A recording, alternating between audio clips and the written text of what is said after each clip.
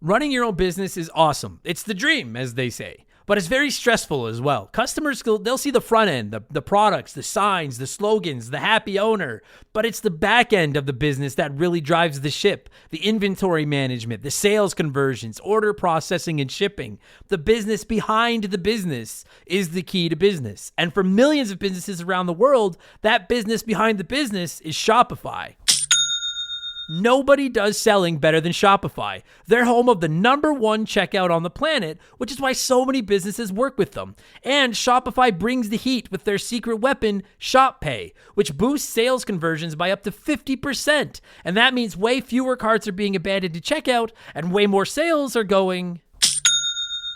If you want to grow your business, you better be ready to sell anywhere and everywhere your customers are. Scrolling social media, on your website, in your store, and everywhere in between. It's no secret. Businesses that want to grow with Shopify. Upgrade your business and get the same checkout Heinz and Mattel use. Sign up for your $1 per month trial period at shopify.com/RTG, all lowercase. Go to shopify.com/RTG to upgrade your selling today. Shopify.com/RTG.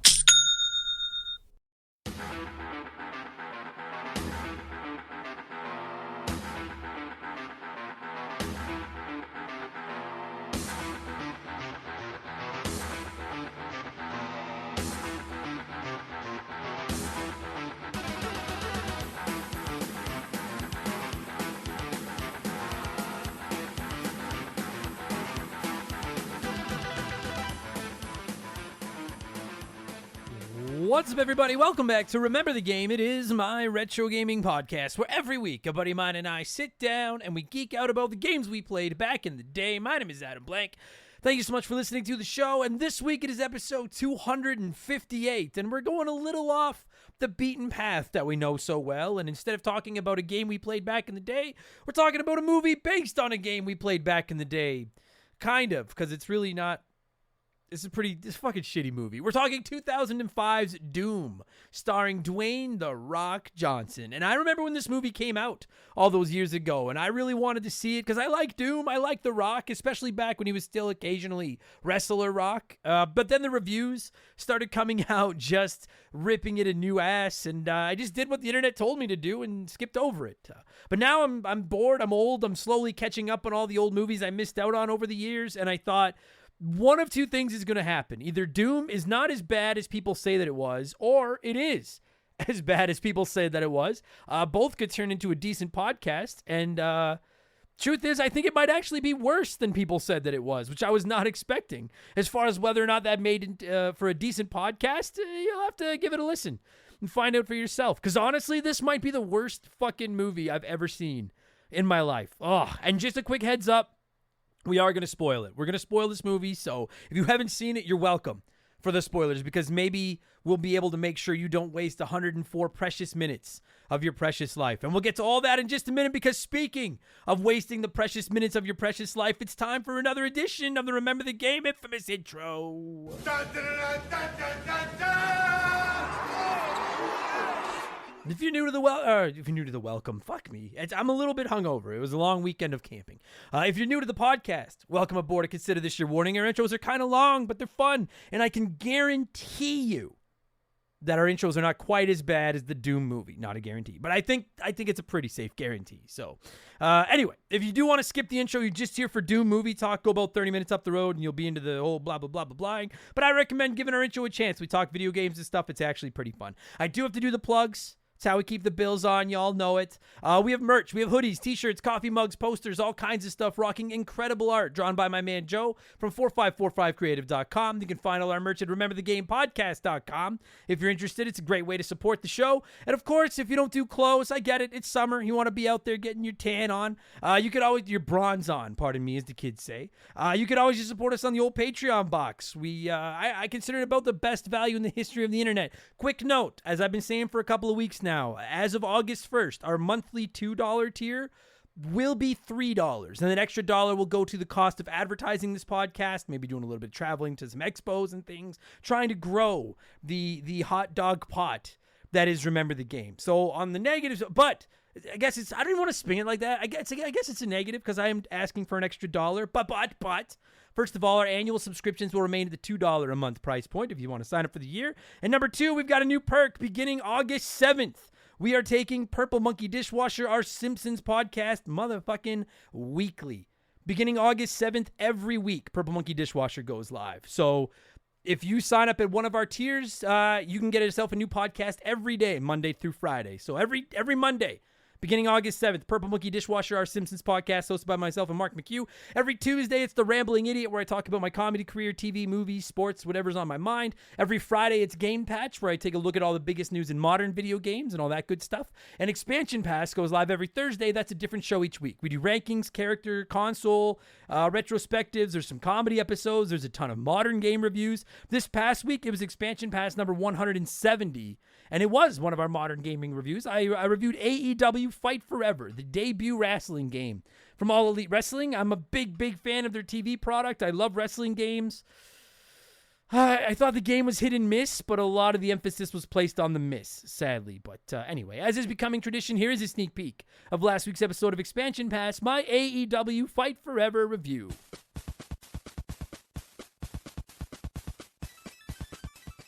So I was so fucking excited for AEW Fight Forever for a couple of reasons. And number one being that they have constantly compared it to those Nintendo 64 wrestling games and calling it the spiritual successor to those games and getting a lot of the developers back that worked on those Nintendo 64 wrestling games. And Kenny Omega himself, the wrestler, has been involved in the development of this game. He's a big gamer. He grew up playing those games.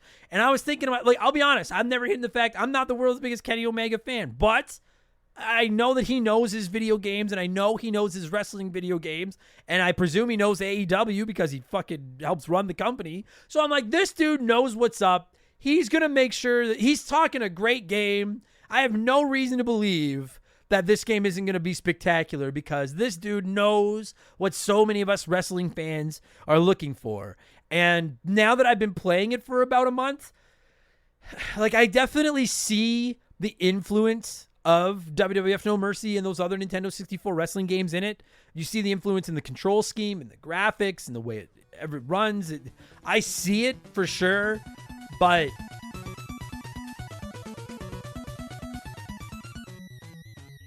so that's now available on archives. And this week it's Expansion Pass 171. It's the final Expansion Pass of the month, which means the Patreons get to pick what we talk about. And the 10 worst games that I've played since launching Remember the Game ran away with the poll. If you don't know, a little while back, I counted down the 10 best games that I have played since starting Remember the Game, and now we're going to go the opposite way. It should be a fun episode. Good chance to vent a little bit, which I always appreciate. So again, subscriptions start at a couple of bucks. So you get a new podcast every week, instant access to hundreds of ad-free bonus podcasts, plus the ability to join our Discord, the chance to vote in our Patreon poll every month, the ability to submit comments for all of our shows. You can DM with me, and you even get a shout-out and get to hear me mispronounce your name like I'm about to do to most of these people. A huge thank you to all of our newest patrons: Geeky Dad Bod, Retro Rewired, Duke Skywalker, Bryce Joel, Nick PR, I Have No Time to Play, Tone Tonio, Elliot081, Dustin G, Tenacious P. You guys sound like a band. Dustin G and Tenacious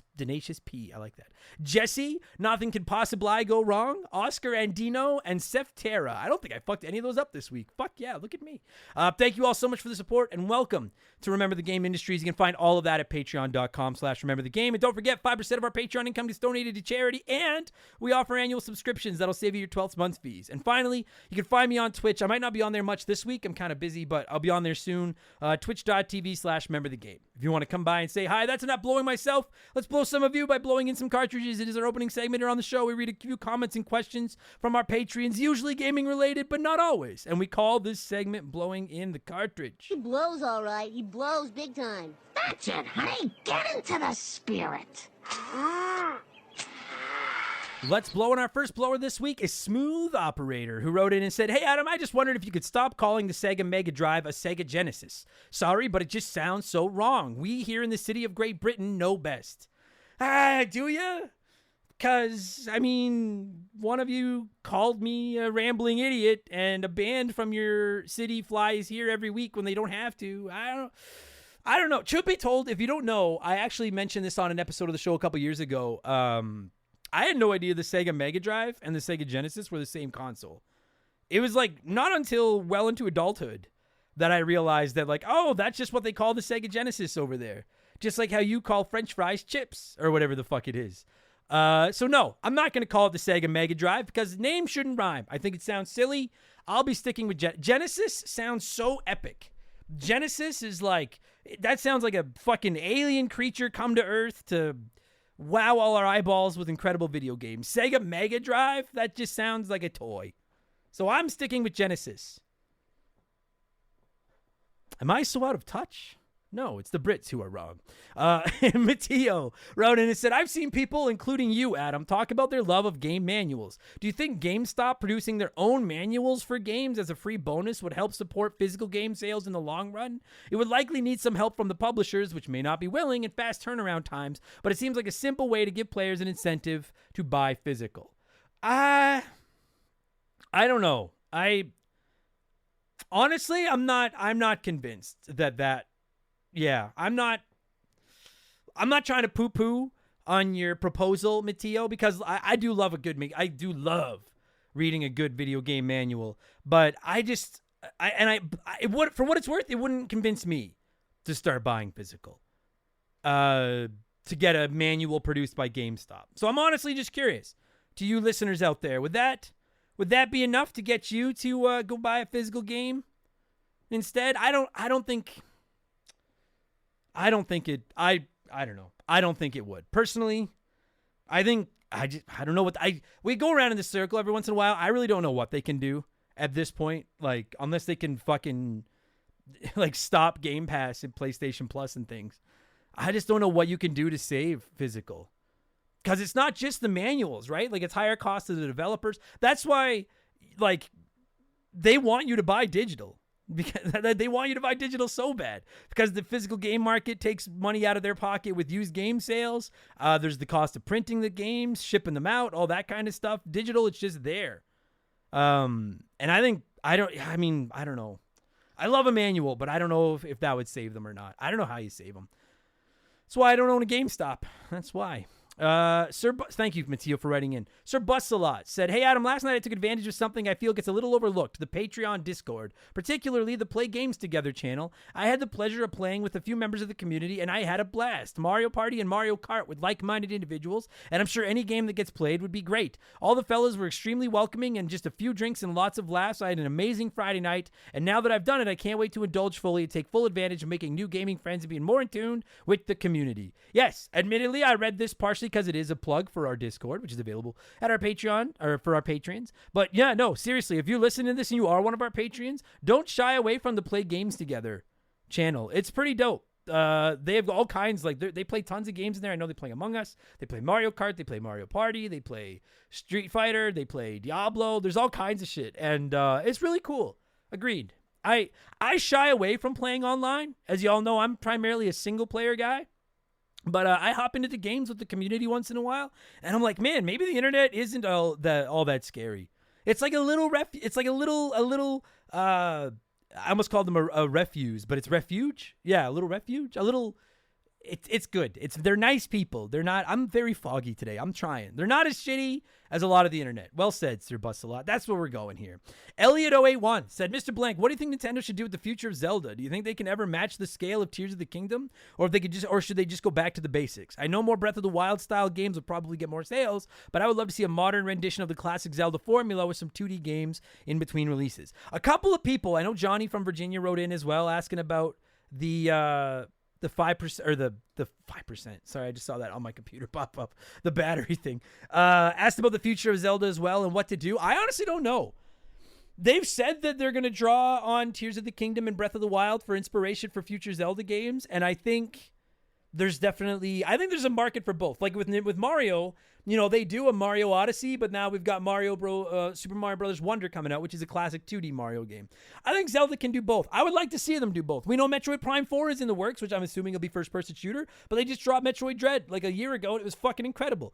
I would love to see the next Zelda game be a classic top-down 2D style Zelda game, and then when you're ready to drop another big heavy hitter triple like 3D one, then do it. I think they will look at going both ways, and I think they should. One of the things I like, and I'm not even the world's biggest Zelda fan, but one of the things I like about Zelda is the fact that they change it up game by game. They're not all the same. I'm a big fan of that. So, and my favorite Zeldas are primarily 2D top-down Zeldas. So I can't help but say that's what I would prefer. But I think they'd be really making a massive mistake if they got away from the Breath of the Wild Tears of the Kingdom formula. So, in the words of a famous little girl from a taco commercial, why not both? I love those commercials. Bryce Joel said, "Hey, Adam, just wanted to tell you how much your dumbass voice means to me. Thank you. The last 6 months or so have been the toughest of my life so far, and Remember the Game has soothed me as I gradually go through the backlog of your episodes and even convinced me to let myself play video games again as an adult after establishing they were a waste of time when I have more important things to do. I can't explain to you how significant it's been to just let myself wind down with a game while I'm clocked in working from home and also while listening to you shoot the shit. It brings me back to childhood and reminds me of watching my older brother play SNES in summer. Anyway, I've been in and out of podcasts before, but yours is the first I stuck with. I think you're a charming, stupid idiot, and you need to have my money. Thanks for all you do in reinforcing what a good use of time gaming is to anyone who thinks it's a waste. Thank you, and keep it up. Oh, also, have you ever talked about how stupid it is they put batteries in old carts? I dug out a GBA game that doesn't keep the internal clocking system anymore since the battery died, and it's such a bummer. Okay, so thank you, Bryce, for the kind words. I hope you're doing well, and thank you for the support. To get to the battery thing, I don't know. I mean, I guess in hindsight, it's frustrating. But as a kid that couldn't finish Mario Brothers 3 because I couldn't save and I always had to turn it off, I would kill for the battery saves. So I'm pro battery saves. I think, do not quote me on this. Because I'm an idiot and it's probably over my head. My understanding, though, is that they're pretty easy to replace. I was trying to figure out how I want to say that. I think they're pretty easy to replace. So look into that. So yeah, I'm pro batteries, even though they do suck when they explode. I agree. I just quickly wanted to touch on Bryce's point too. I do get a lot of messages from people that say, video games, I thought they were a waste of time, and then you kind of brought me back to them and stuff like that. I get it, because I go through that phase as well. I just want to make sure I make this abundantly clear to everybody out there that's listening that maybe used to love video games and now just listens to the podcast because you're like, I'm a mature adult and I don't have time to play video games anymore. They're not. The only waste of time in life is spending it doing shit you don't like doing. And I know we all have to do that sometimes because that's how you get money to buy food and the video games that you love so much. But don't let yourself stop playing video games just because you're like, they're a waste of time. No, they're not. Why is playing video games a waste of time, but watching TV isn't? And that's just one example. But if you like them, play them. Don't let them get in the way of your life, your kids, your job. But you want to play video games? Play your video games. Fuck yeah, Bryce. Good for you. Totoro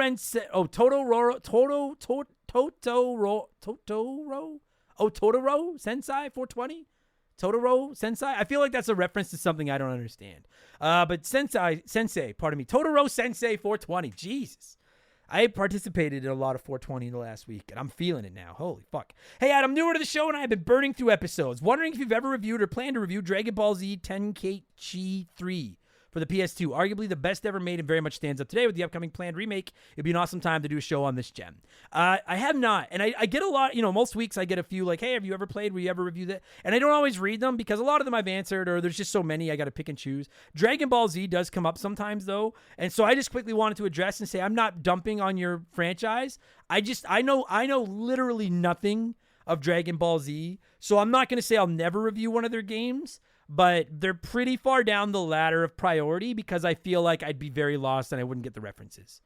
I don't think I could do them justice. So I wouldn't say they're quite in Kingdom Hearts territory where I'm too scared of the fan base to ever review them. But they're looking around the corner from there.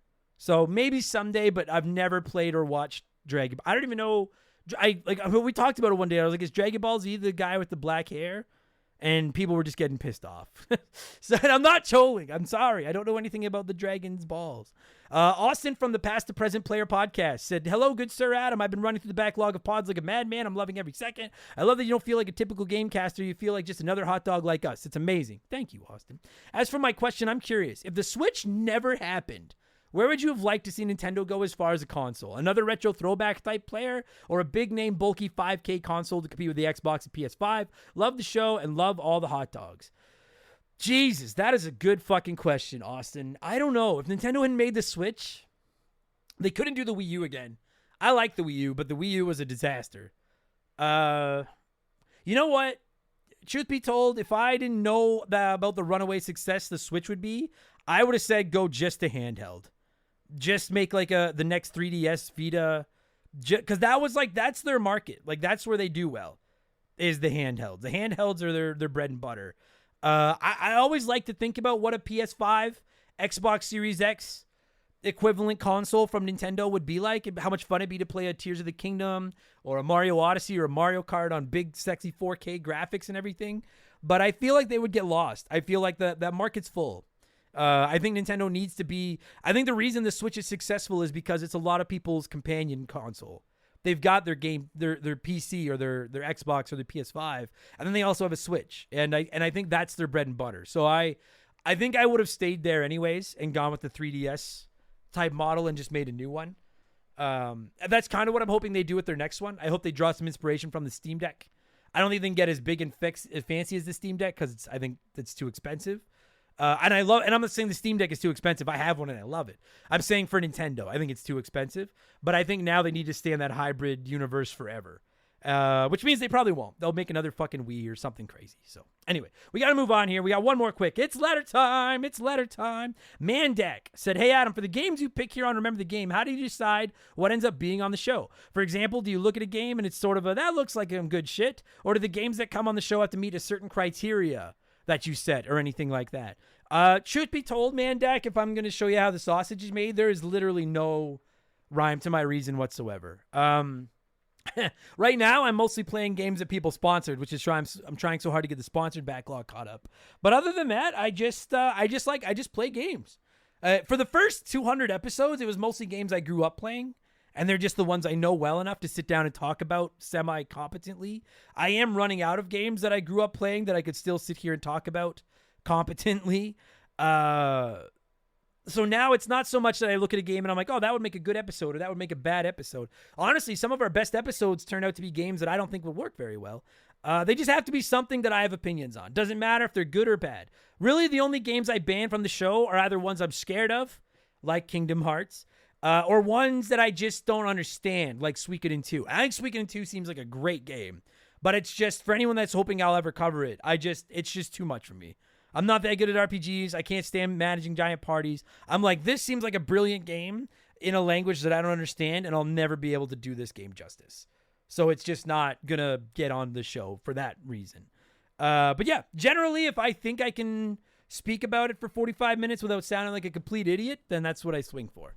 And that's really how the sausage is made. Thank you, Mandak, for writing in. Thank you, everybody that wrote in this week. As always, we need to keep the ball moving here, so let's switch things up and get into our Smash It segment, the official game show of Remember the Game Industries. It is Play 1, Remake 1, Erase 1.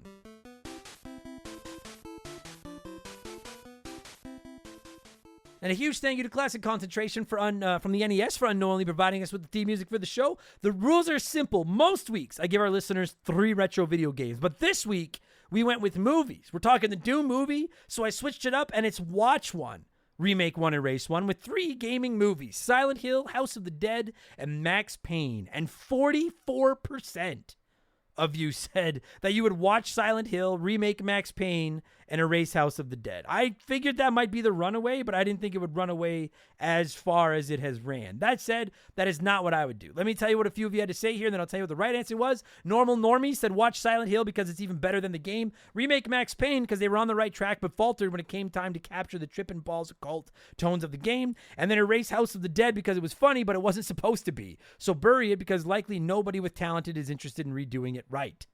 That seems to be the popular opinion around here. Normal Normie was not the only one that wrote in with that order. Rotto said, watch Silent Hill because it was filmed partly downtown from where I live. That's fair.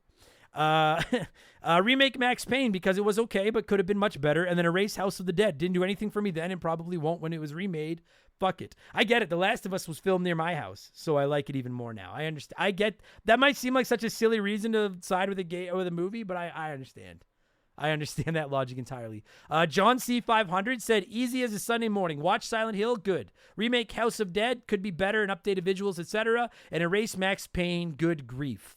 Max Payne couldn't have been that bad. Max Payne game is good. Mark Wahlberg's sweet. I haven't seen any of these movies. I can't be brought to believe that Max Payne was that bad. I can't do it. Will has a Patreon said, watch Max Payne because I haven't seen it. Probably was shot entirely in bullet time. Remake House of the Dead because I didn't even know this movie existed, so obviously it could use a reboot. And erase Silent Hill because I've seen it so many times that the DVD skips. See, listen, that's not what I would do, but I like your logic. Will has a Patreon because that's what I do with my games on this show. If I've played it so many times, I'll erase it. Not even if I don't like it, I'll erase it just because I'm like, I can remember it now. I'll watch it forever in my brain. I got you, man. I get it. And Carnooch said, I'd watch House of the Dead. It was okay, but the real reason being the other two movies need to be remade and erased. Remake Silent Hill because I feel they brought too many elements from 3 games into one movie. The games were perfect, each adding more horror. Just give me different movies for each game. And erase Max Payne because I love the games, but I could not get into the movie. Fuck, you guys are scaring me away from the Max Payne movie. I'm going to watch it at some point now. I didn't even know there was a Max Payne movie. It's fucking wild. I'm actually going with the vast minority this week. 3% of you. Nobody had the same order that I did in the comments this week, that's never happened before. Inside Wedge said, remake all of them, erase them all, just don't watch them all. They're all terrible. I'd also like to see a good Silent Hill movie. Well, you'll never see it here because you're on double secret probation for breaking my fucking rules. Inside Wedge. I myself would watch House of the Dead because apparently it's really, really bad and I suck with scary stuff. So maybe that makes it a scary movie that I could enjoy. I'm going to remake Max Payne because I really like the game and I just take another. Apparently the movie sucks and that breaks my heart and I want it to be good. So I'm going to remake Max Payne and I'm going to erase Silent Hill because apparently it's actually a decent movie. I like Silent Hill. I'm sure it probably would make a great movie, but it's too scary. I'm never going to see that. It's too scary. So I'm erasing it out of pussiness. Thank you, everyone that wrote in and played along this week, as always. I'll tell you what I've been playing, and we'll get into talking Doom movie in just the Doom movie in just a moment after I pause for a sip of coffee and a quick word from one of our sponsors. We've had some great partners over the years here at Remember the Game, but I don't know if any of them have hit home for me quite like Hometown Hero does. No pun intended. Don't start. It's a transparent, honest cannabis company that helps people and gives back to those that have served their country at the same time. I mean, come on. As soon as I read about these guys, I knew I wanted to work with them. Hometown Hero is a cannabis company out of Austin, Texas, and they were founded back in 2015 by a U.S. veteran. They have 2 goals: create premium hemp products that can help everyone, and to support veterans by donating a portion of those profits to organizations set up to take care of those who have served. Hometown Hero products are of the highest quality, and everything they offer is made right there in the U.S. of A. Gummies, caramels, chocolates, drink mix, there's something for everyone. And what's more, their hemp is grown locally in Texas, which is something they should and do take a lot of pride in. And they offer certificates of analysis for everything they sell because they want to be clear that their products are as advertised, both in terms of potency and ingredients. No contaminants, you get what you pay for. Just how they conduct business is enough to get my good eyes' attention, but when you circle back to the fact that the company was founded by a veteran and they put such heavy emphasis on supporting veterans, this isn't just lip service. I'm not reading a script I was given here. I'm proud to have Hometown Hero associated with Remember the Game. Reclaim your evening. Visit hometownhero.com and use code RTG to take 20% off your first purchase. That's hometownhero.com, code RTG for 20% off your first purchase. This is an ad by BetterHelp. A band once said, "Work sucks, I know." And I think most people agree with them. Workplace stress is now one of the top causes of declining mental health, with 61% of the global workforce experiencing higher than normal levels of stress from their jobs. And while walking away from your job might not be an option, taking a little time every day to focus on yourself and your mental health can make a huge difference. I know in the summer I try to get outside every day, get a little bit of sun, and just enjoy the outdoors. It really helps. At least until my allergies attack, and then it's ugly. It's important to take steps to combat work stress, and therapy can be a huge one. It's not just for overcoming trauma. Therapy can help you define work goals, set some work boundaries, develop coping skills. It's like a cheat code for life. And if you're thinking, man, I'm too busy for therapy, well, look into BetterHelp. They make therapy as convenient as possible. You can meet with one of their over 30,000 therapists online and on your schedule, just like over 5 million people around the world already have done. As the largest online therapy provider in the world, BetterHelp can provide access to mental health professionals with a diverse variety of expertise. Unwind from work with BetterHelp. Our listeners get 10% off their first month at betterhelp.com/rememberthegame. That's BetterHelp, HELP.com/rememberthegame. All right, what have I been playing over the last week? Honestly, not very much. We were out at the lake, and it was really nice, and I did what I was told to do so many times as a kid, and I went outside and put the video games away. It was pretty dope. But I am playing some Final Fantasy VI, and I am playing some Final Fantasy 16, and I am starting Turok Dinosaur Hunter on the Nintendo 64 this week. So that's what I will be playing, which I guess is the name of the game this week. Let's talk Doom. That's why you kids are here. As always, I like to let my listeners sound off about the game, or in this case, the movie we're talking about before my guest and I hogged the microphone. We had a lot of comments this week, and they were pretty skeptical. Pretty critical, actually, is a better word. Pretty critical. Jeffrey Mathis said, I like the first-person shooter scene. At least they knew their audience in that moment. It wasn't the best movie, but I've seen worse. I can appreciate that you've seen worse, Jeffrey. I'm honestly not convinced that I have. I'm honestly not convinced that this isn't the worst movie I've ever seen. I'll get into that in just a minute. Slugger said, I had this movie on DVD and a buddy of me would watch it on the weekend hang sometimes. Well, one time we had some wacky tobacco and we got to the scene where Portman was yelling out about the Martian demon kid they killed and had on the autopsy table. When he spit as he yelled, look at that thing. We died laughing and put it on loop for a minute just cracking up. I absolutely love this movie just because of the good times had while watching it. Honestly, I have tried to pull back on the wacky tobacco. I did not. I go good days and bad. But I think this is a movie where you need to be under the influence of something to get through it without rolling your eyes. In my opinion, you need to be. So that's probably, maybe I would have liked it better if I'd gotten high with a buddy while we watched it. Fuck me. Blade wrote in and said, look, it ain't a good movie, but I still can't help but get a little nostalgic for it as it's peak mid-2000s bad horror. But I still unironically love the first-person shooter scene toward the ends of the film. Dude, that seems to be like the talking point, is this FPS scene. I'll save it. I'll save my rant for the episode. Slithis the God said, literally watched this whole movie hoping he'd perform a rock bottom and it never happened. So that's time I'll never get back. A rock bottom legitimately would have made it better. Man, it was so wild seeing like the Rock from 18 years ago versus the Rock today. He must be eating more protein today. That's how I'll say it. He must be eating more protein. And Gamer 2017 said, okay, first off, this movie is bad. Let's get it out of the way. But personally, I think it crosses over into the fun bad category with how over the top the premise and subsequently the lead get. Hearing The Rock yell Semper Fi, mother effer, is so wonderfully goofy that I at least enjoyed myself somewhat. Plus, the classic Doom POV shot got me to pop. Oh boy, some of you are fucking a lot nicer to this goddamn movie than I'm about to be. It's time to talk about Doom, the movie. I'm going to cue up some music. It's probably the music from the game because I don't want to get in trouble. But when it stops, my buddy Andre and I are going to take a look back at Doom, the movie, which originally hit theaters back on October 21st, 2005. Enjoy the podcast, everybody. Let's go.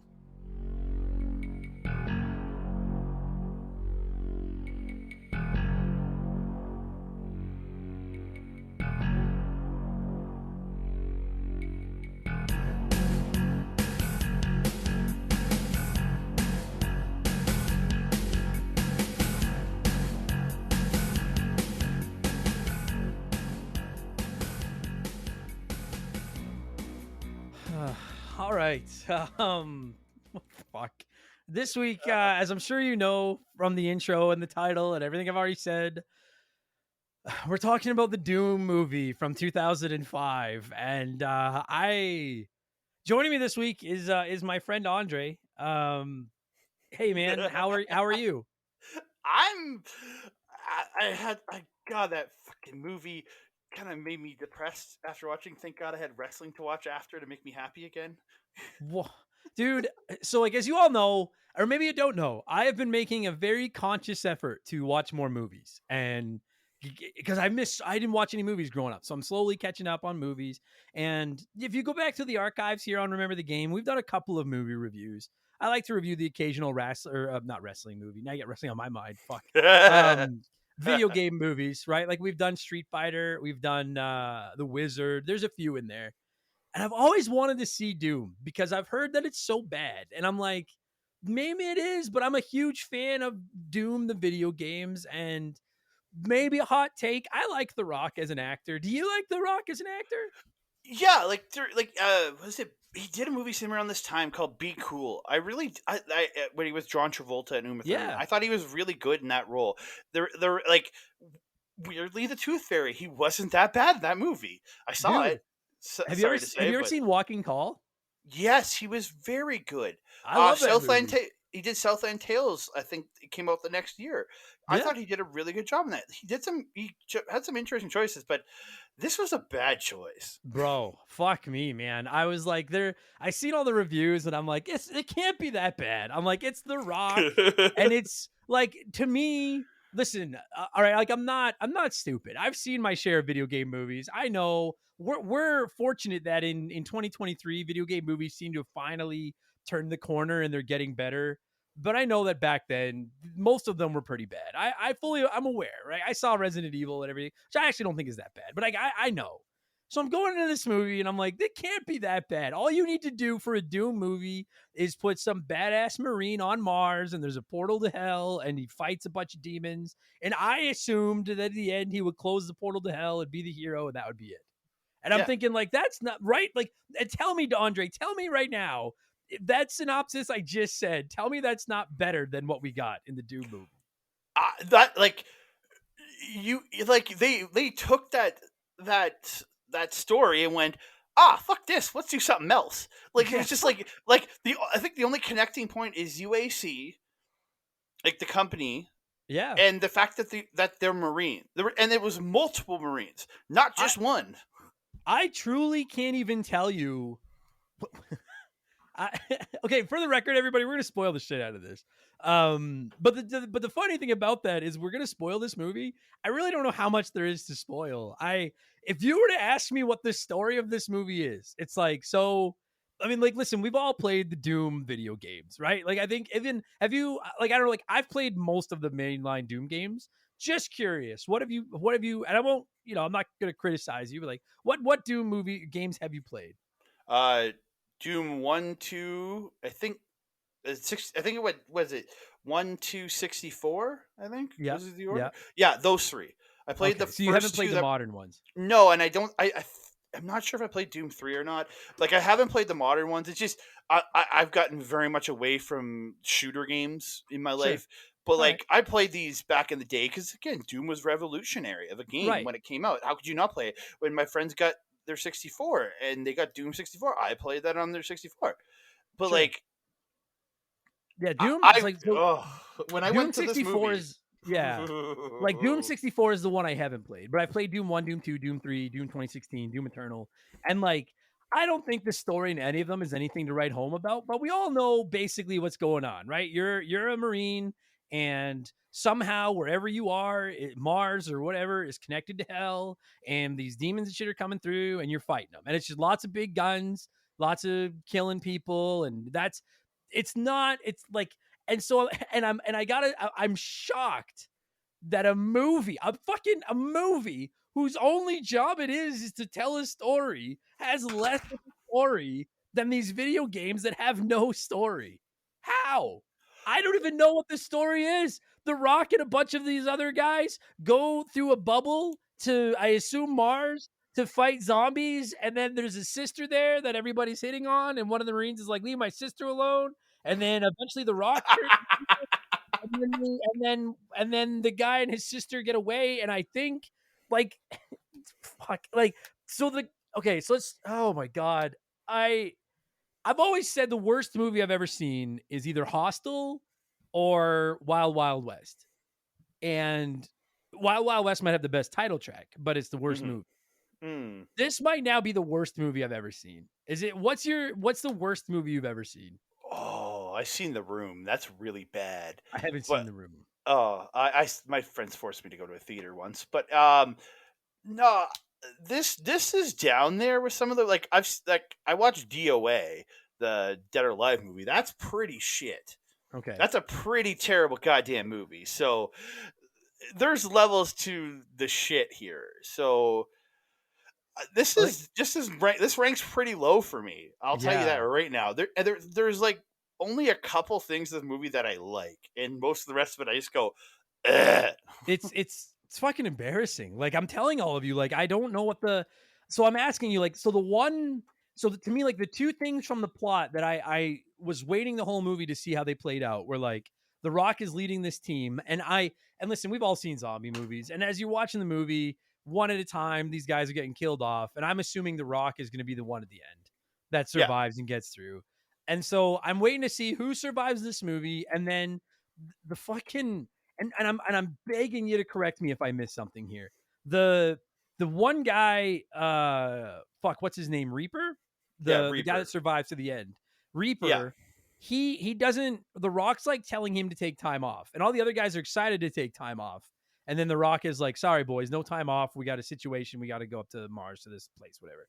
But he tells Reaper, like, take the day off, and because he's been through some shit. And then the Reaper wants to go. And then they're going up, and The Rock's like, how long has it been since you were here? And then at one point, the Reaper's staring out the window, and I assume he's remembering like memories of growing up there or something. Yeah, But I think then, so. but there you go. But you think so. Maybe I'm just wrong, but like, did they ever explain that any further? Like there I was don't little. think they did. No, there wasn't a big backstory. Like he said, because he talks about his sister being up there Yeah. early before they get there, and I'm like, okay, so his sister works there, and then it says you haven't been there in a long time. I'm like, okay, so I guess he used to be there. Right. Was he a scientist before? That's like those are the questions you're asking. Like, but they never really, because he talks about his parents slightly to his sister, Yeah. like, but they don't give any backstory, and all No. like her thing is like, don't you wish you could have stayed here and been a scientist or something?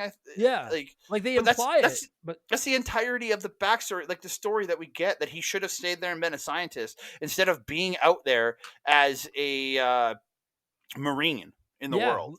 I'm watching this fucking movie, and like the whole time, like about halfway through the movie, I'm realizing clearly the focus here is on the gore and the blood and the swearing and the guns, and the story has taken a back seat. And listen, I sat on expansion pass a couple of months ago and sucked the Super Mario Brother movie dick like crazy, and Hmm. I'm fully aware that it's not like that movie's got the greatest story of all time. So I can live with a movie not having a good story if it's entertaining. But I'm watching this movie and I'm like, okay, I get that you're going like the blood and the guts and the gore. At some point, you need to explain this relationship and get me into a story here, right? No, they do not. There is never a fucking time where I feel like they really drive home any form of a story. And I'm like, I'm watching this and I'm like, at some point we're gonna get a payoff here, right? No, at the end, Reaper and his sister get away, and The Rock becomes a demon and gets blown up by a grenade, and everybody else is dead, and that's just it. And even the gore and shit, I'm like, it's like it was It's terrible. Like, like yeah, I've seen like low budget horror movies. Like I've subscribed to Shudder at times. It's a horror streaming service, and I've watched some really low budget horror movies do like the kills and the monsters better. It yeah, like these low budget, and this was a big budget movie, and it was just it's they say fucking like terrible. 60 to 70 million dollars was spent on this movie, and your monsters look like shit. Your kills look terrible. Yeah, And it's just it. I was expecting like, and don't get me. We'll talk about that first person scene, but god damn it, like yeah. there's No, very little to like in this movie outside of a I'm character floored. or two. I'm Like, floored. I'm floored at how bad they fucked. Like, I'm like, you've got The Rock, and this is back in like '05 when he's not the biggest name in Hollywood or whatever, like he maybe is now, but he was a name. He's The Rock. People yeah, know who The Rock is. And I'm he like, was and then you popular go, from wrestling. He had yeah, his following at the time. exactly. And then you go out and get the Doom license, and I'm like, people know Doom. That's a big name. And I'm like, it's just this shouldn't have been this easy to fuck it up. So let's okay. So The Rock is like down on Earth and like up in I assume they're on Mars, and like some shit's Mhm. going crazy up there, and I will say, like, to try to throw a little bit of positivity out there at the very beginning of the movie when shit's hitting the fan and the scientists are all running away, and then they make the call down to Earth to get the Marines, like The Rock and all them. I actually enjoyed the first few minutes, and I'm Yeah, like, okay, we're setting the tone here. I can live with this. Like, because we're getting like scary. all you saw from them was like a tentacle or something like grabbing people. So it Yeah. gave you the suspense. Like this was it was a science fiction movie that was essentially an action movie and a horror movie slammed together, Yeah. but Yeah. didn't And do anything well. But that was the only part it went of tension that I felt tension in the yeah, movie. me Right too. in all the scenes where these guys are hunting, I felt zero tension. Like they're Yeah. going through the dark corridors, I felt nothing.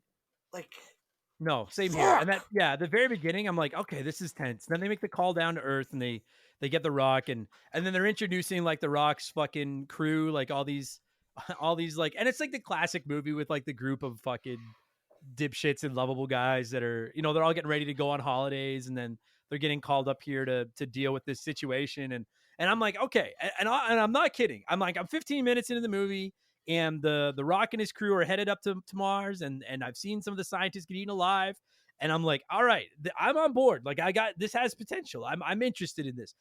Portman, the fucking dipshit guy that made me laugh. Like, he made Yeah, me fucking laugh. he's He one was of the only awesome. characters in this movie that I liked. Like, don't get me wrong, Carl Urban's character Reaper. I think he, for being essentially becoming the lead halfway through the movie, Yeah. I think he did an okay job in the movie. He wasn't like outwardly bad. Don't get me wrong, but he wasn't like didn't jump off the page. But Portman was just fucking funny. Yeah, Like Portman was he funny. was the one shining light in this entire goddamn movie. Totally. Portman reminded me of Rockhound from Armageddon. Mhm. Steve Buscemi in Armageddon. Who I Yeah, love very that much character. so. And so Very I'm like, much. all right. I'm like, all right. So we got the smartass here, kind of a piece of shit in Portman. They've got the kid, the new kid, and when they introduce kid, the young guy, I'm thinking like, okay, well they're gonna use him as like a way to tell us about what's going on because he's the new kid, and then they never really do that. He's just like the new kid, and he's up there with all these other guys, and the dude looks like he's 15. Like he has no Yeah. business being in this. Like this seems like a mission for like the most tried fucking diehard rock solid Marines in the history of humanity, and we're like, nah, we're gonna send this dude that looks like, and I mean with all due respect to anybody that works at like Taco Bell, but like he looks like he works at Taco Bell, and we're like, he'll be fine. Give him a gun, send him up there, he'll be good. Yeah. So He then, like he was so out of place. Like it just and seems then, so weird. yeah, it was stupid. And then I'm thinking to myself as I'm watching this, I'm like, wait a minute, these guys are on Earth and the lab is on Mars. And I'm like, that's fucking years away. How are they going to do that? And then it turns out that they just go into a bubble and then the bubble spits them out. And I'm not going to shit on the movie for that because it's a stupid science fiction movie. I'm like, okay, I can suspend belief that you travel through a bubble. But what I can't suspend, and this is another one of my fucking issues with this stupid movie, is these Marines are like blown away that these fucking demons are showing up and all the scientists are becoming monsters and everything's happening. But I'm like, you're fucking on Mars and you traveled through a bubble to get there. But now this shocks you? Like fuck. I just I hate it. It seemed an entire like the human species in the future already having traveling to another planet, already living on other planets, and you're that fucking disturbed, and like these people have found remains on this planet before. Yeah, yeah. Why is it so incomprehensible that there isn't that there's a obviously a like underground dwelling species on this planet? How is that Right. under you're in space, you're on another planet. Have you do science fiction movies not exist in this world? No, it drove me crazy. It's just like I've been watching X-Files and I love that show now, but like every fucking episode, aliens show up or something happens, and Mulder is like, "Wow," and Scully is like, "Come on, that can't happen." And I'm like, for the first few episodes, I'm like, "Yeah, I get that you're like, I can't believe it," but I'm like, it's been 3 seasons. Fucking bye. This shit happens, and that's how I felt watching this. I'm like, I'm watching a team of Scullys, and I'm like, none of you fucking believe that this is happening. And then, and again, if I missed it, I'm gonna get fucking emails from people defending it, I guess. But like, because I couldn't bring myself to even pay that much attention because I thought this movie fucking sucked. But I'm like watching it and I'm like, have they explained why this colony is on Mars? Why this group of Marines was sent to Mars to do this? Like, I don't. I feel like there's not. It's the fucking thing. I swear on my life, this whole thing feels like a script that was just written by like a high school kid who just wanted to like make their favorite video game on the TV, and they I don't forgot even. like there's no story at all. I don't even think it's that. It's some executive that had a kid who was playing Doom, and he went, "Hey, guys shooting what he probably thought were aliens," and went, Maybe. "I'm gonna make a movie out of that." It was. Oh my There wasn't. god. The kid wasn't even involved. It was his dad who was an exec at whatever goddamn And studio did this.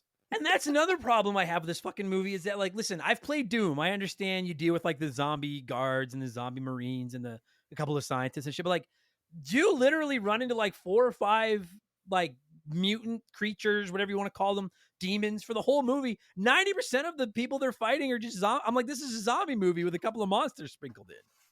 Yeah, And it didn't. It's like, and like I think, because again, you're fighting Hellspawn in the game, and your only reference is the one guy says, "This is hell." yeah, That's literally the only yeah. reference to hell in the entire thing. It's like, okay, there was no Oh, actual portal to hell on Mars. no, no, and they never describe any of that. And fuck me. So okay, so they get up to there and fucking they go through the they go through the bubble and I know it's like a wormhole, but it's a bubble. And then now they're all on the fucking thing and they're all puking and they're all laughing about it. And then they run into Pinky. Was that what his name was? The dude that he had gone through a portal and his legs went somewhere and his upper body went somewhere. So he's been like Yeah. grafted onto this wheelchair. And I gotta say, I was like that at this point, that might have been the most redeemable part of the movie was this Mhm. fucking Pinky character. Because I thought Yeah, he was kind of neat. he was fun. He was kind of fun, and just his reactions to what they're doing. He's like, and then at one point he gives them a gun, and he's just like, Oh, I don't know how to use a gun, and it and was like, just ugh. And the he was best, actually, as an actor, actually good in this sea of shit. yeah, yeah. And the best part though is that like they don't even give him all they give him is like a pistol and a grenade, and they're like, if someone breaks through, use the grenade. And he's like, I don't know how to use the grenade, and then they just run off and fucking leave him there. Yeah. So Again, anyway, you feel bad for him because he just pretty much gets abandoned at the yeah. front when the one Well, they when leave. the guard up front has to go in to help everybody because people are Yeah, dying. yeah. I was gonna say. So Oh. they leave one of their crew with him to watch the arc. I think that's what they call it, like the gate, basically back to Earth. Which and then Mhm. like and I'm like, fine, that makes sense. The Rock's the leader, and the Rock is like, we can't let any of these things get back to Earth. And I'm like, yeah, that's. I also would not like any of these things back on Earth. Please do your job. That would be very Mhm. cool. So Very then much so. they go to the lab and they meet Reaper's sister, and everyone's putting the moves on her, and one of them's like, you let her get away, and then he's like, it's my sister, and they never make it less awkward. Like they're just like, yeah, oh, okay, but I'm still gonna hit on her. That's fine. Um, and then they split into teams and they start going through this fucking place trying to figure out what's going on. And they come across Dr. Carmack, and dude is losing his mind. And that they kind of got me back at that point because I'm Mhm. like, all right, like this guy just saw some fucked up shit, and I thought he acted his ass off. I thought he did great. Like sitting there Well, playing that scared dude. and I'm I sitting there bought it. thinking he's the one that's going to tell them kind of what's going on before something happens to him. I'm Yeah. thinking he's going to be the crux to give him the information. Just like there's a hellspawn portal in down deep in the lab, and it's just like Dude, that's what I I was wait. expecting Yeah. from this guy. I waited that whole movie for somebody to just be like, because The Rock is like drilling Reaper's sister about what's going on here. At one point, actually, The Rock has like a kind of a cool line. He's like, I'm not going to ask you again. And she's like, I don't know. And I believed her. But yeah, I'm like, I know the basic story of Doom. And I'm like, I'm waiting and waiting and waiting for somebody to be like, we fucked up. And like we opened a portal. Like that's all I needed. Just we fucked up. We opened a Yeah. portal to hell or something. You know what I mean? That's all I was waiting for. And you're right. When they find Carmack, and he is so if you've never seen the movie, fucking don't. But Dr. Carmack is like the leader of all these doctors that are up there, and they find him, and he's like trapped in like other bodies, and I think he's holding like a severed hand, and he's shaking, and he's freaking out, and Well, he's holding the um, severed hand of the girl that put her arm through the door before it cut it off. right, that's Yeah. right, yeah, yeah. Oh my god, I actually like that scene Again, when but she that was was an running opening away. scene that gave you the tension. And when she gets her Yeah, arm chopped off, I'm like, oh, this is a fucking horror movie. yeah, Yes. yeah. I liked that scene. So then they find Carmack and then they bring him back to the lab and they're working on him or whatever. And I'm thinking to myself like, all right, this got a little stupid, but now it's our redemption arc, and he's gonna explain that they fucked up and spawns of hell are coming through or fucking whatever. And then he fucking rips his ear off, and I'm like, well, that was fucking morbid, but okay. And then he ends up turning into one of those creatures, and then the whole movie loses me. And then one of the parts near the end that gets me back is, and I never caught it. I'm embarrassed that I didn't catch it until right near the end. They have those like doors that are like portals, but then when you turn them on, they become like solid walls. This is actually a pretty cool idea for a door. And Yeah, it's pretty awesome. yeah, and the fucking zombie thing like jumps through the door and it turns into like a solid wall halfway through, so he's stuck in it. So they're like, as long as we don't open the door, this thing can't get out. And the Rock is like, where is Dr. Carmack? And they're like, turn around. And that creature that's in the door is missing its left ear. And then you realize that's him. Then I'm like, all right, that was like, I know we're jumping all over the map here, but like they're really, so does this fucking movie. And I'm just trying to say something nice. And then I'm like, that I liked that. I thought that was a cool part. And this is the point where they're realizing all the monsters are actually the scientists, because Yes. and then this is where they get into genealogy and saying only 90% of the human genome is mapped, and saying the other 10% is probably your soul. And this is where they get into like these creatures, whatever they are, because we never got an explanation of what they actually are. No. We're just supposed to assume.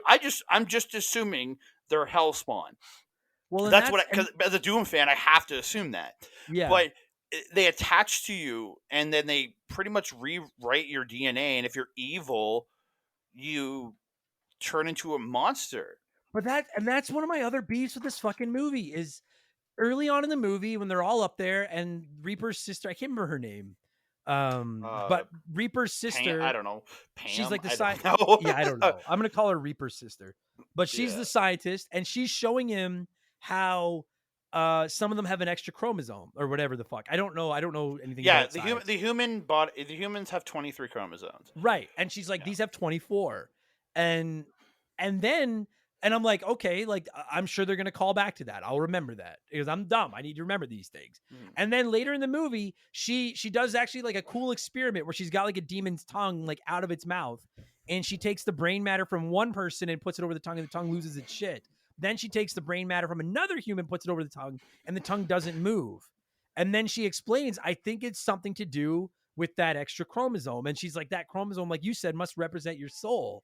And as soon as she said that, it was like one of the last like dwindling sparks of hope I had for this movie started to disappear, because I'm like, wait a minute. So you're telling me that these fucking creatures are hunting down these humans and killing them, but they're only really interested in the ones with a corruptible soul, I guess. But to the point, it makes it seem like, they're demons looking to infect humans. In my brain, that's what went through. But you don't explain that to me. No, and I'm like, first of all, this isn't The Walking Dead. Like, it's Doom. And second of all, you know what would have made? I hate to be like that fucking back chair director, but like, you know what would have made that make so much more sense if she was just like this. It looks like humans have this chromosome in them, but it only a percentage of us it's active or something. You know what I mean? It's like when you're bitten, it goes active or something, not your fucking soul. And again, that was right. so dumb. And then they never call back to it again. And the whole time I'm watching this movie and I'm like, when the fuck do you reference hell? And when the fuck do all the big mean creatures from hell start showing up? And like 3 do. And the rest of it's just a fucking zombie movie. And the whole, and then I'm watching. Okay, you know what? Listen, we're going to take a break. I'm going to let the sponsor speak. I'm going to get a drink of water. And then I'm going to try to figure out what the fuck is going. We'll be right back. Fuck me. We'll be right back. I don't even know where. Okay, you know what? You know what? Okay, I want to quickly talk about the team of Marines. I understand they've only got like, I don't know how long this movie is, like 90 minutes or something, 100 minutes. They don't have time to like flush out the fucking life and times and careers of every single one of these guys. But I do like that they give a couple of them a little bit of story. Like I said, Portman, I understand that Portman's a creep and, presumably a piece of shit. But the dude is fucking funny. He's got But some great weirdly, lines. he's the kind of the savior of this team by putting out when he's sitting in the shitter, putting the Yes. message out to let people back on Earth know to prepare to kill things Yeah. on Earth because it's gonna get goddamn through. And Like, that's where I wanted to go with it is I'm like, so this guy, I'm like, he seems like the guy that like I'm thinking to myself, like, he's gonna have the most morbid death of the movie because he clearly is like kind of a piece of shit. And they're setting it up for us all to be like, at least Portman fucking got his. Because for the first half of the movie, the dude is just making off color jokes, horrible things. He's just a fucking, by all accounts, just a terrible person. At one point, I don't know where the fuck this comes from. Him and him and Kid are like doing their patrol, and the kid's like, "Do you have any drugs?" And Portman gives him some drugs, and like these pills, and the kid takes the pills, and then outside of like the Rock noticing his eyes are fucked up or something, it's never referenced again. And I'm like, so why does he have these pills? They don't tell you what the pills are, what the pills do. Like I was expecting this kid was going to get killed high and they were all going to blame Portman for it. But no, there's no other reference to that either, for fuck's sakes. no, I don't get it. like they're so like little character development. And you got like Duke, and I literally wrote this down while watching this movie. Like he comes off to me like he's trying to be LL fucking Cool J. And like Right. the way he's acting, the way he's talking, I'm like, is he trying to do LL Cool J? Like it's all I could think when I was Yeah. watching him. Like what the No. fuck? And he was. I think he was too. Oh yeah, very much so. But like He I'm like, but assuming again, that was the archetype of the character he was supposed to be playing that LL Cool J did. That LL Cool J has played multiple times. right. And I'm assuming that like in their limited screen time, they're just trying to whatever I can do to make this fucking character stand out at all. You know what I mean? Hmm. But getting back to Portman, so this is what bugs me is like he's a piece of shit. He gives his kid drugs, even though they're up in fucking Mars fighting aliens or whatever. But you're right, like when shit starts hitting the fan, he's the one that's like, well, we need to call for backup. And the Rock's like, no, we don't. And he's like, we really need backup. And the Rock's like, no, we don't. And I'm like, you have all these like nice, seemingly intelligent, responsible members of your team here. You couldn't have one of them call for backup. It's got to be the irredeemable sack of shit, Portman. And then he sneaks off to the bathroom to call for backup and then gets killed. And then later they hear that he has called for backup. And The Rock doesn't want backup because he's like, we're the backup. And I still to this moment don't know if he didn't want backup because he didn't want any more humans coming up and seeing what the fuck was going on, or if he wanted to be the hero. I really don't know. I think it's definitely he wanted to be the hero. 100% he wanted to be the hero. It's Oh, like because again, the end of the movie shows that this dude is fucked up. right. Yeah, he's There's crazy. something wrong in his head. Well, but then because then eventually he ends up getting bit, and then he turns into like one of these creatures, and he's Well, wild just too. what he But does to all the people is kind yeah, of fucked up. that's yeah. So like at this and even there, I'm like, so why couldn't you have played up like instead of making the Rock into this fucking like demon creature that he becomes? Like why why couldn't it have just been that he's losing his mind? They're like they're up in Mars. They're cut off from the world. This place is fucking crazy. All these crazy creatures are coming out. Like instead of making him into a demon, why not just make him the leader of the team? And he's going batshit because at one point he's killing all the scientists and all the survivors. And Reaper's sister's like, we don't have to kill everybody because not everybody's going to turn. And he doesn't care. He's killing everybody. And then the point of no return for him is to me is when he kills the kid, because Mm. the kid, and I actually thought this was the best scene in the last hour of the movie. The last surviving members of this team are going around looking for, they're just killing everybody, like every demon, everything they can find. And the kid comes across this like dormitory full of like survivors, like women and children and like survivors. And he Well, comes back. it was the doctor, what the female doctor from who was helping. He Right. like when they were checking on the scientist. Right. She's there, so you have her trying to be a voice of reason for all those people, Right. and it's So just then, like, so the oh. kid goes and tells them, like, I found all of them. And the Rock's like, well, you got to go kill them. And the kid's like, no.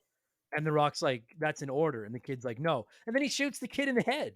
And even when he like, even when he when he shoots the fucking kid in the head, how are one of the last surviving members of this team not like, well, then we need to take him out? What the fuck is this? Like But they all just why go Reaper right back- didn't shoot him? Why Reaper Yeah. didn't shoot Sarge right then and there? I don't understand. I don't get it. I don't. I don't, and I feel like I swear to God, dude, I'm watching this flick and I'm like, I have to be missing something, right? Like I felt this movie feels like I missed 20 minutes. And I'm like, in that 20 minutes, they explained everything. But I don't think Mm. I did. I think this movie just fucking sucks. Oh, very I don't. much so. So, It's uh, just lost on its premise. It goes from one to another, and it's just like, why did it go this way? I know, I don't get it. So now that fucking the kid is dead, and then and then later in the movie, the last surviving members of the team get back together, and I don't remember who. I think Reaper, but somebody's like, "Hey, what about all those survivors that the kid found?" And The Rock just goes, "I took care of them."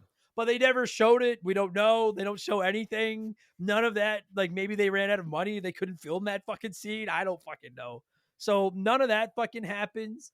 And then, and then, like if we had forgotten it, I don't even know where. Like fuck me, what a stupid fucking movie. Let's talk about that.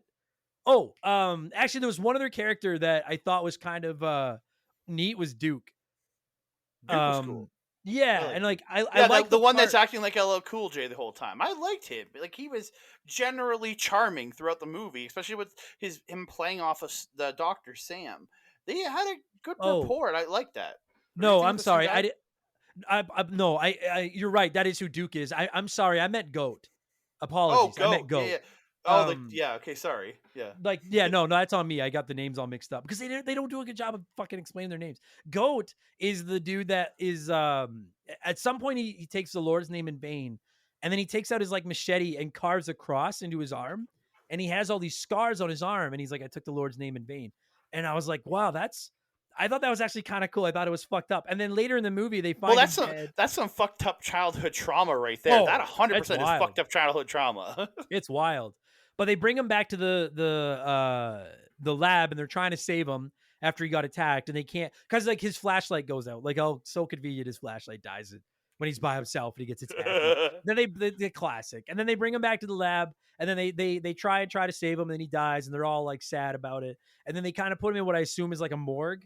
And then he wakes up and he just starts slamming his head into the glass. And there's two things about that I actually thought were really cool. Number one, that you see his arm with all the cross scars on it, so you know who he is, which I thought Yeah, was because really he's been cool. mutilated a bit from transformations.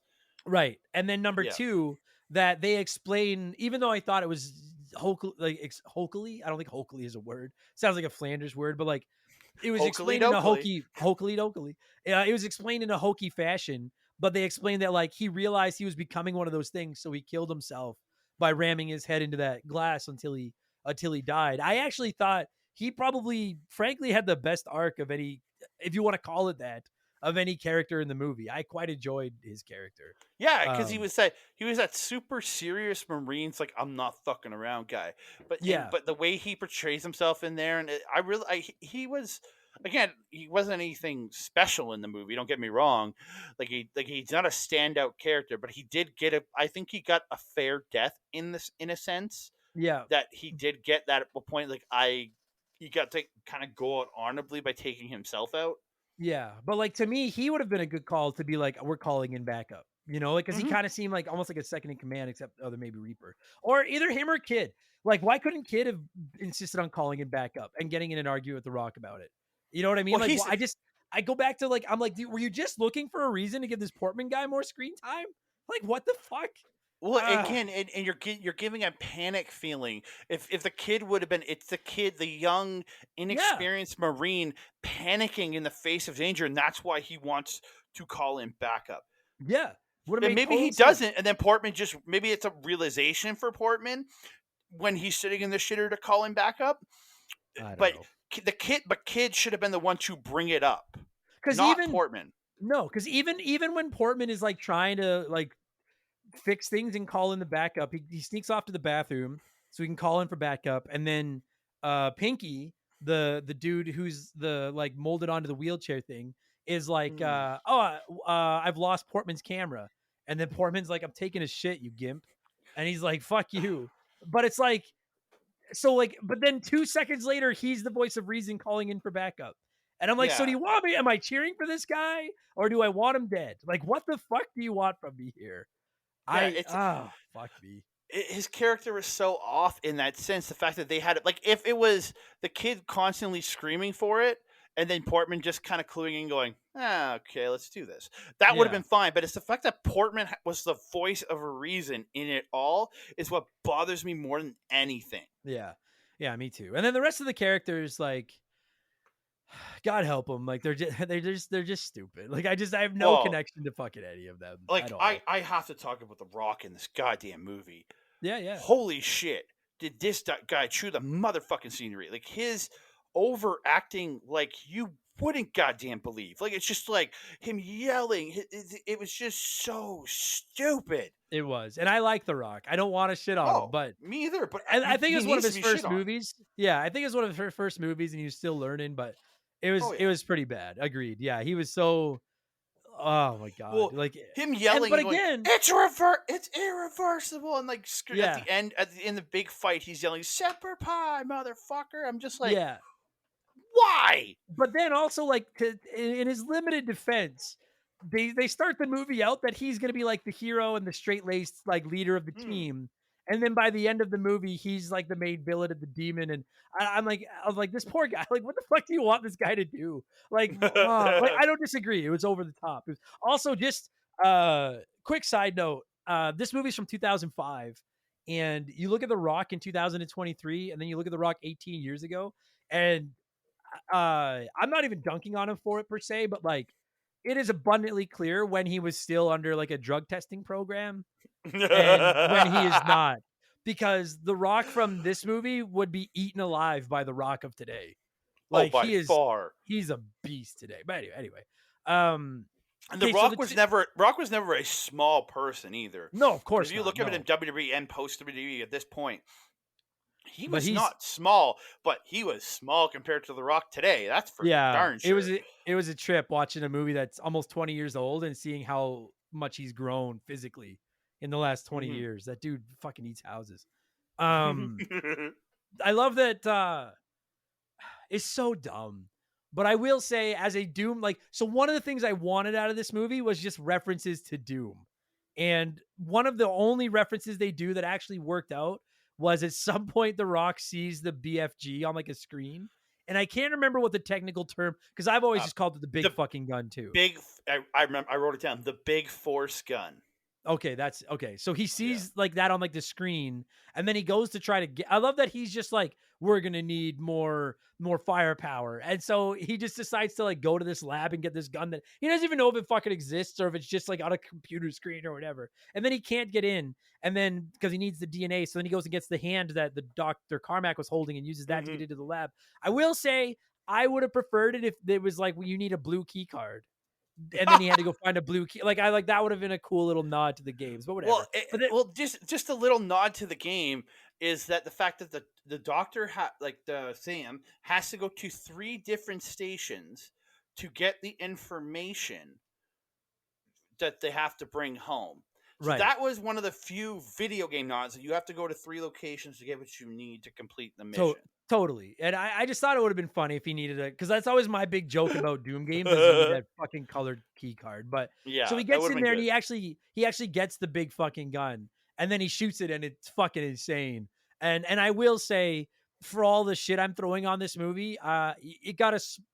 I don't even know if I would say I popped for it, but it made me happy to see The Rock fire the big fucking gun. Okay, Like, I'm but glad they put that in there. my question is, how was that gun suspended? It was literally floating. Hey, I don't disagree, but they also traveled to Mars through a bubble.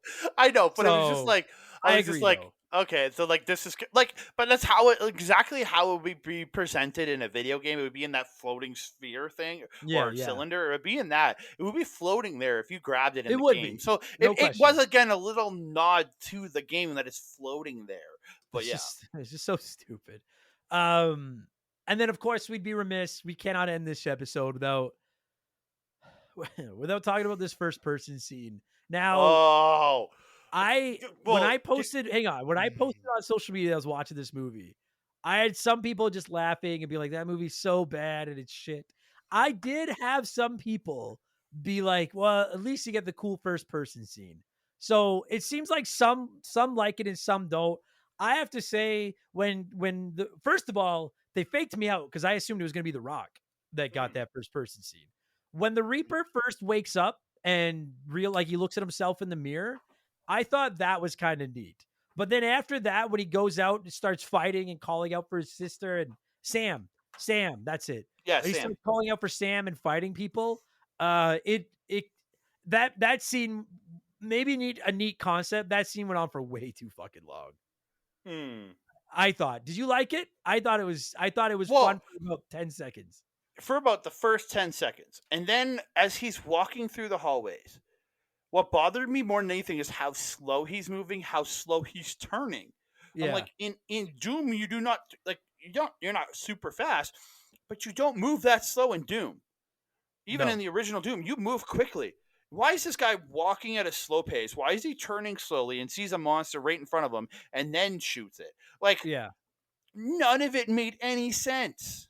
No. That first person view just was like, oh, just if this was a video game, he would have been killed like 6 goddamn times. Yeah. When he got up and looked at himself in the mirror, I was like, that's kind of cool. Because like we've all done that. When you're playing a first person shooter and you come across a mirror, you go up and look and see if your character's reflected or not. I was like, that's cool. And then when he starts fighting the zombies, it looks like a high school drama thing. Like they're just like it's like a shooting gallery. They're just like standing there behind like barriers, like yelling at him, and then they get shot. And they just fall over, and then it slowly turns and shoots at another one. And I just thought it was the only other part of the first person thing that I thought was kind of cool was when he fights the like that fucking big mole rat thing that I think is Pinky because its back half is on the wheelchair. It's definitely Pinky who's been mutated. Yeah. That I like because that's a character from Doom that I recognize, and I thought that was kind of cool. But like, and he puts like the flashlight in its mouth, and it's trying to close its mouth with this giant flashlight in it. I thought that was kind of neat. But like that first, I was so at this point I've checked out. So when I was watching this movie, I watched about an hour and I fell asleep. So then I stopped it and I came back to it the next night to finish it. And I at this point I've given up. I'm like, there's no saving this. This is stupid. But I know that first person scene is coming up. So I'm like, well, hopefully at least that is cool. Maybe that's like the saving grace. And then I saw it and I was like, that went on way too long and I thought it was fucking stupid. Like it was fun for a minute and then I thought it was the chainsaw part of it was just like, what the fuck? Like I understand you have the chains that you can use that stuff in Doom. I get it. Yeah.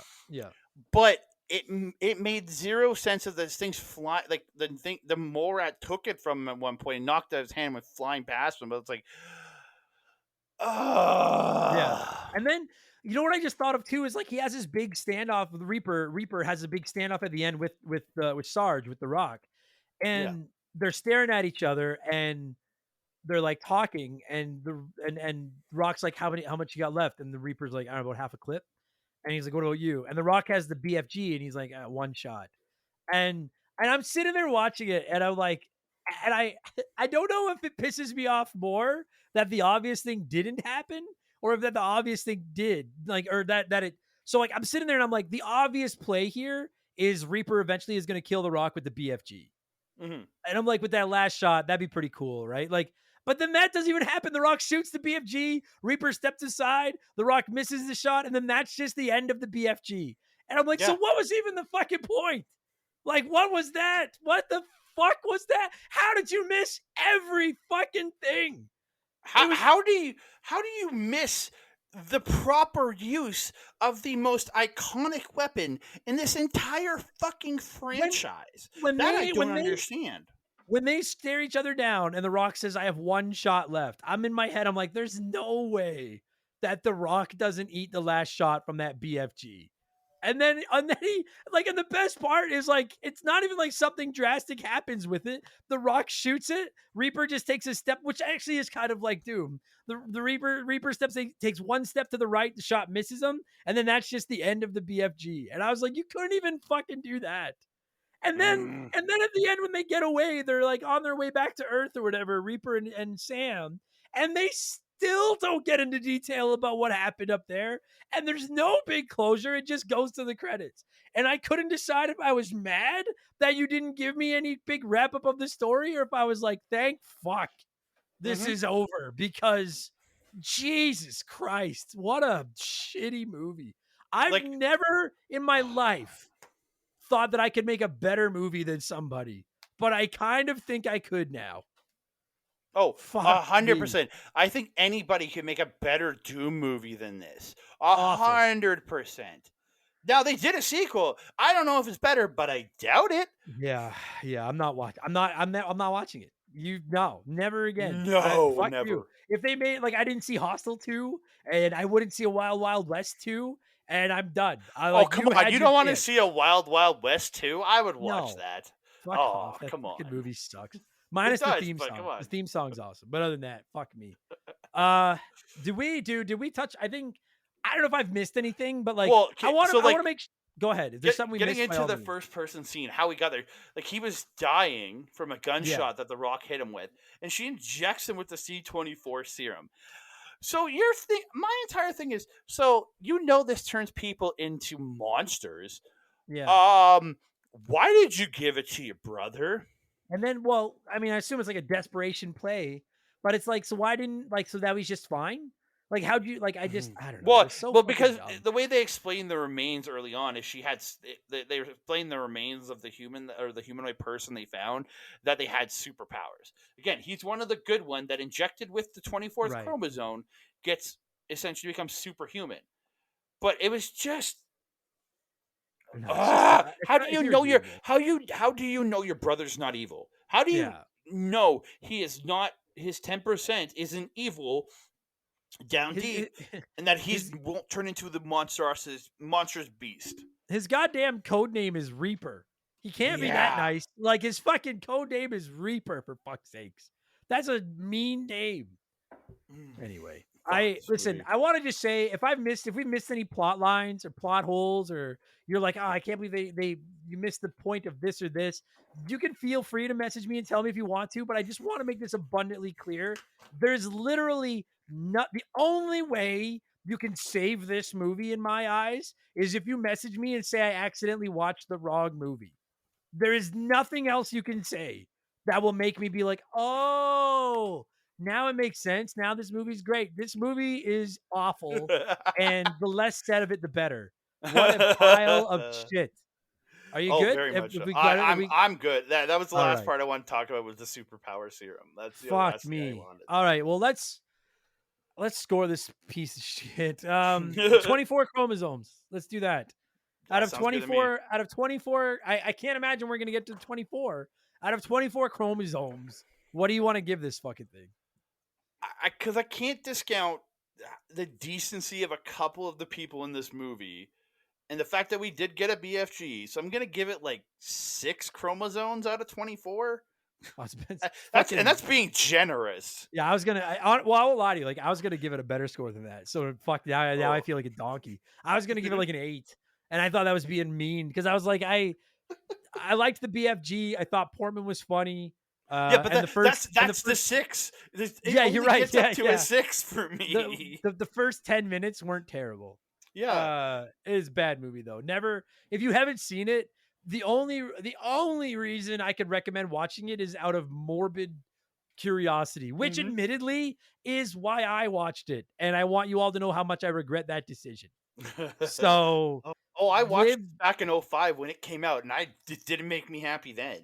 Dude, if I had bought a ticket to see this in the theater, I'd be fucking pissed. No, I watched it on video after. Okay, I'm not gonna I'd be sit fucking in the theater pissed for that. What a piece of shit. All right, well, let's never speak of this again.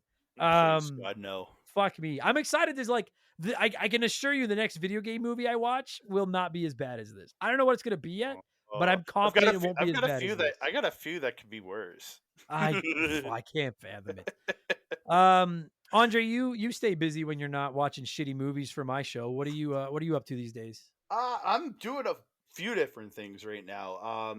My main thing that I do is Andre and Melball Wrestling Talk, where we mainly cover Japanese professional wrestling, New Japan, and Stardom.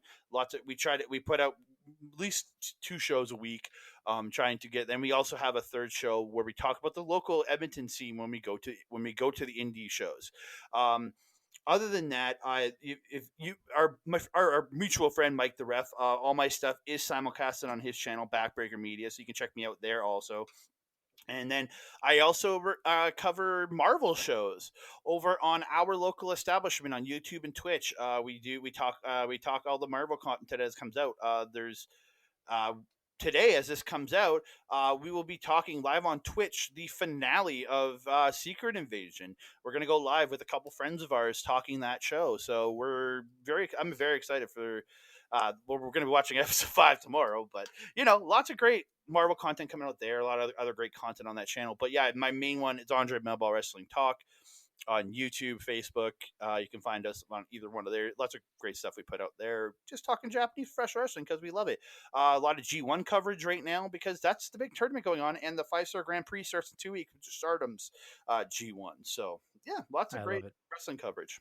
As a nerd myself, I love it when I hear other nerds get passionate about their nerdy things. So that's good shit. I like it. You guys can find links to all of that stuff in the description of this podcast, assuming Andre sends them to me, which he probably will. I will. Andre, good stuff, buddy. Thanks for doing this, and let us never speak of the Doom movie ever again. I bugged you for so long, so I don't need to bug you again. We're done. Fuck me. We're done. All right. Good stuff.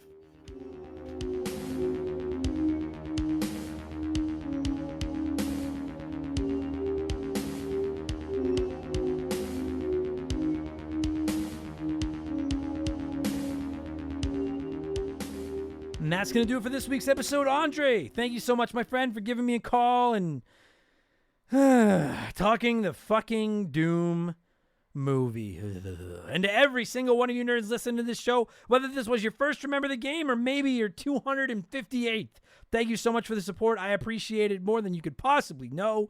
Listen, if you enjoyed this, check out our Patreon. There are fucking hundreds. There's like almost 500 podcasts over there now. And beginning August 7th, we have 4 additional shows running every week. Purple Monkey Dishwasher, our Simpsons show on Monday, my vlogging show, The Rambling Idiot, on Tuesday, Expansion Pass every Thursday, and Game Patch every Friday. Subscriptions start at $2 a month if you sign up for a year, or $3 a month if you want to go individually. It's nice and cheap. We donate 5% of it to charity. You help keep the bills on around here. You get a whole bunch of other perks with it. Pretty well the best deal in the history of the universe. Patreon.com/Remember the Game. And I also have a P.O. Box. You can find the address for that at rememberthegamepodcast.com, along with pretty well everything else to do with the show. Our merchandise, the list of the Patreon episodes, all that other jibba jabba. And I'm on Twitch whenever I have time to get on there, twitch.tv/rememberthegame. Just come by and say hi. I don't beg for subs or anything. I just need some friends. Come by and see me. That would be very, very cool. And if you didn't hate this, leave us a good review, would you? I'm not sure what they accomplished, but I know the other shows ask for them, so I'm going to do my job and do the same. Please leave us a nice review. If you didn't like it, I don't know. Maybe, you could leave us a shitty review, but, they hurt my feelings.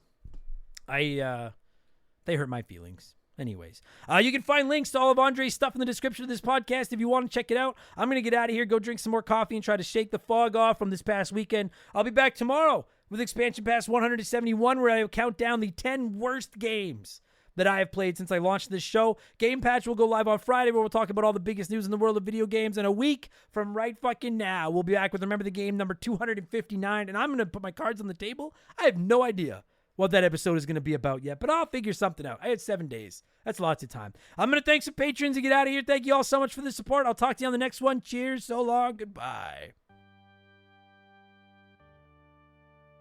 Remember the Game is brought to you by our Patreons. I just could not puke up all the content I turn out every week without all of your support. The following people are at the senior executive vice president level, and so I am obligated to say their names as quickly as possible to thank them all for their support. We're going in alphabetical order based on your email addresses. A huge thank you to, these are the hardest ones because there's no rhyme to the reasoning here at all.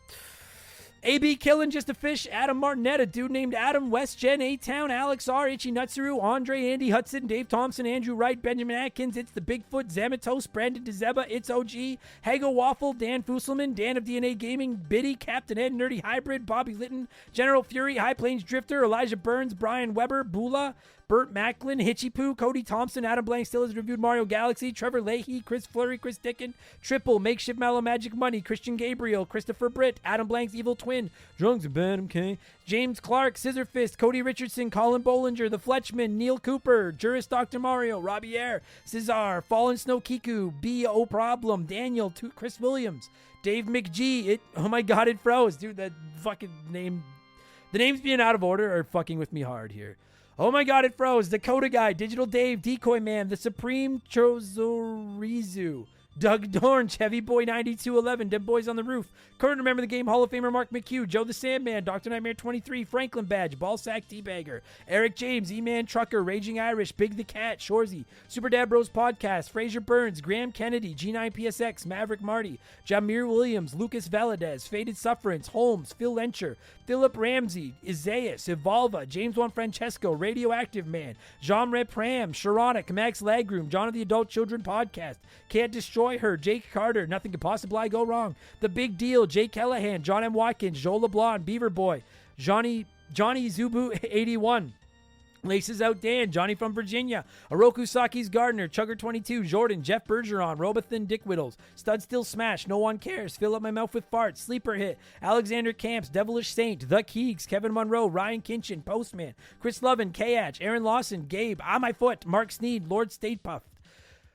Leroy Westridge, holy cow. I'm rusty. Angry Ticks, Matt Hamilton, Just Car Pranks, Beef Dingleberry, Mellow Yellow 8787, Bulma Simp, Zonko 504, Morgan, Mr. Papa Giorgio, Nicole Aldana, Esteban Navarro, Naf E, Nathan Tremblay, Brian Neese, Cam Nelly 23, Nick Creature, Musty Beetle, B Money, Elephant Calves, Donnie the Dude Walter, Frosty Bear, Denzalo, Ryan Perry, Preston Dylan Tourette, Plow King, Alex Ramos, Sean Ramos, Randy Barrage, Big Daddy Randall, Nick Amos, Titan 420, Brian Richmond, Slick Rick, Knife Goes In Guts Come Out, Blobby Rogers, Wyatt the Surgeon Who's Not a Surgeon Rowe, Ray Sen Wantonga, Ruben Elizald, Squeaknut, Sabin, Mercury 869, Max Sandin, Sam Carpenter, Storm Beagle, Flinny 123 is Sarah Flynn, Blaine the Hoagie Man, Scott Brooks, Steve Dulk, Timmy the Exuberant Turtle, DBXJ, Shoeboxers, Jimothy, AJ Mukherjee, Solomon Soto, Sour Goat Face, C-Spin, Robbie DLC, Squints, Atrio Wormwood, Joe Stone, Ted Explosion, Thomas Childs, Frosty V492, Scary Terry, That One Kid, Josh, Mike Maloney,